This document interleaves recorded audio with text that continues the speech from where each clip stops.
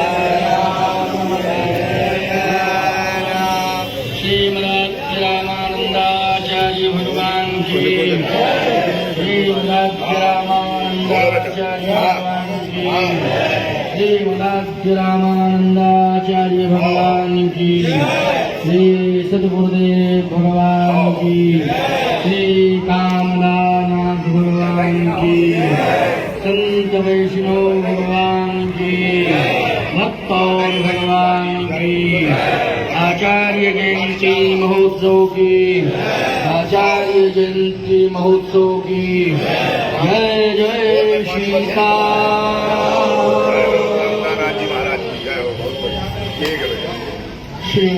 रामानंदाचार्य भगवान के जन्म जयंती महोत्सव में हम सब श्री चित्रकूट धाम के संत महात्मा, सभी अखाड़े, विरक्त नागा साधु संत सभी उपस्थित हैं।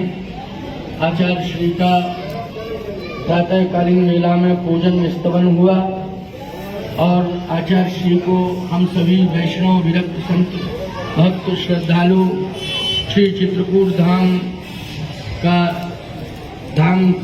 दिव्य नगर परिभ्रमण करा रहे हैं। आचार्य श्री की जय जयकार कर रहे हैं।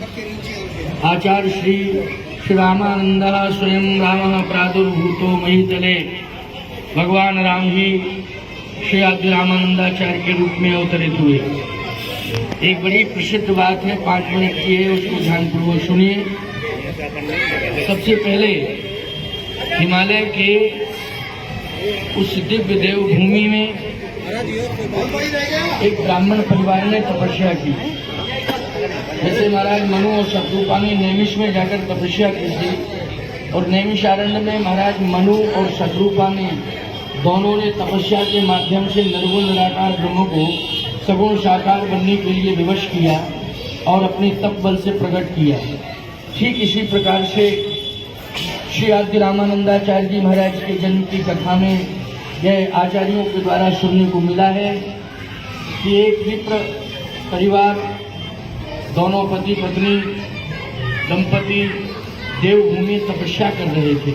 प्रभु श्री राम को प्राप्त करने के लिए उन्होंने हिमालय की तलहटी में तपस्या की, उस देवभूमि में तपस्या की। और जब तपस्या में रत थे, उसी समय भगवान श्री राम का ध्यान किया और बड़े आर्त भाव से प्रभु श्री राम का ध्यान किया। तो प्रभु श्री राम प्रकट हुए और कहा, तुम्हारी तपस्या से हम प्रसन्न हैं, क्या चाहिए मांगो, जो मांगोगे वही मिलेगा, जो इच्छा मन में हो इच्छा अनुसार मांगो। जैसे महाराज मनु और शत्रुपा से भगवान ने स्वयं कहा कि मांगिए मांगिए मांगिए, दान शिरोमणि कृपा निधि, रात कहो सद्भाव, तो चाहो तुम्हें समान सुख प्रभु कवन दुराओ। महाराज मनु ने यही कहा था, चाहो तुम्हें समान सुख प्रभु कवन दुराओ। आपको ही चाहते हैं, या तो आपके समान कोई हो या आप। तो राम समान राम निगम कहें, भगवान के समान तो केवल भगवान है, दूसरा कोई है ही नहीं। तो भगवान ने यही कहा था, आप सरिस खोजों कहाँ जाई, नृतो तने हो में आई, मैं ही बेटा बन के आऊंगा।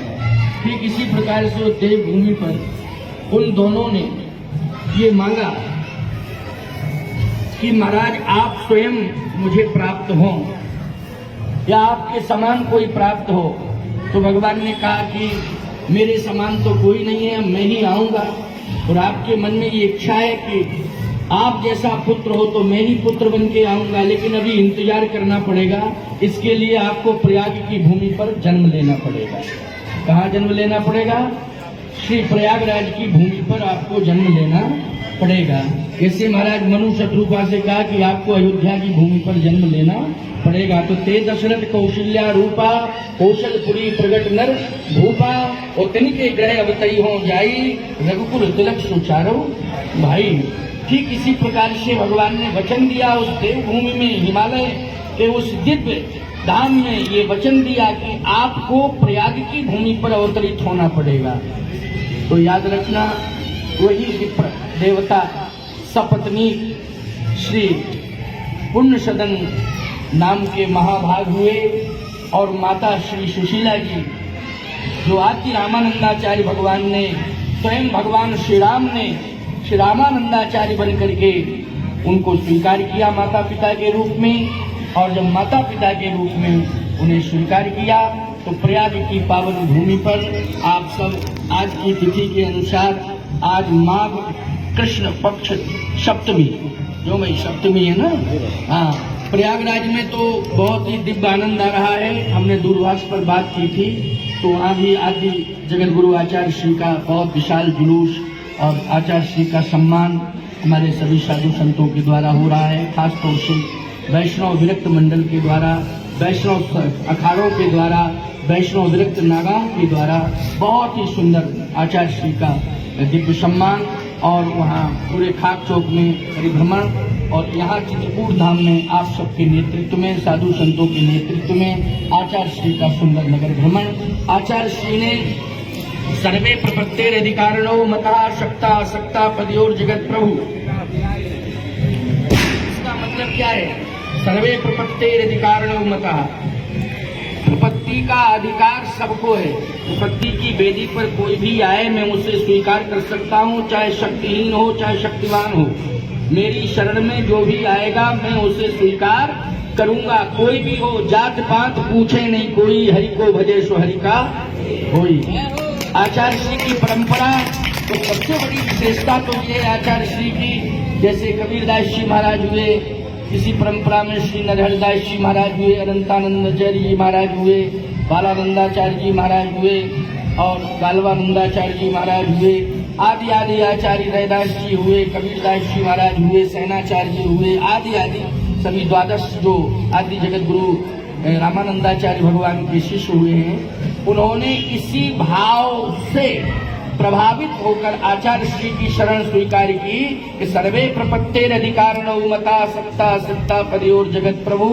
चाहे कोई शक्तिवान हो चाहे शक्तिहीन हो, चाहे उच्च कुल में पैदा हुआ हो चाहे निम्न कुल में पैदा हुआ हो, जो मेरी शरण में आएगा मैं उसे अवश्य स्वीकार करूंगा और उसे शरणागति की वेदी पर बैठने का अधिकार दूंगा। ये आचार्य श्री ने घोषणा की थी।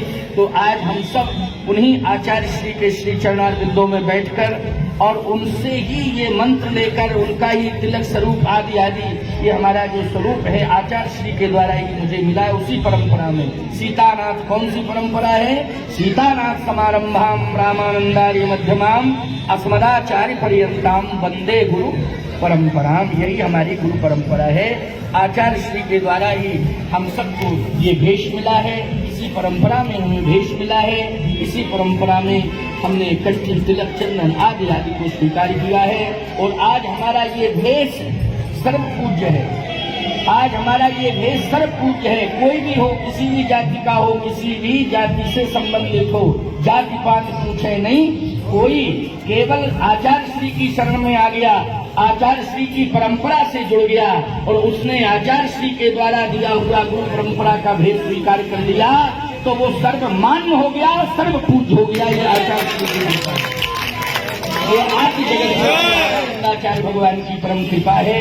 ऐसा उदार मनः दिव्य भगवान हमें सबको प्राप्त हुआ है और ऐसे आचार्य श्री की जयंती में हम सब उदारता पूर्वक समर्पित भाव से आचार्य महोत्सव मनाएं और ये संकल्प लें कि हर वर्ष हम उत्साह पूर्वक और दिव्य ढंग से चित्रकूट धाम में आचार्य जयंती महोत्सव मनाते रहेंगे, ऐसा संकल्प लें। और ऐसा संकल्प मैं भी लेता हूं आज की सभा में, और आचार्य श्री के चरणों में अनंत को साष्टांग प्रणिपात करते हुए, समस्त वैष्णवों को दंडवत करते हुए आचार्य श्री के चरणों में अपनी वाणी को विश्रामित करता हूं। बोलिए आदि जगत गुरु रामानंदाचार्य भगवान की, श्री हनुमान जी महाराज की।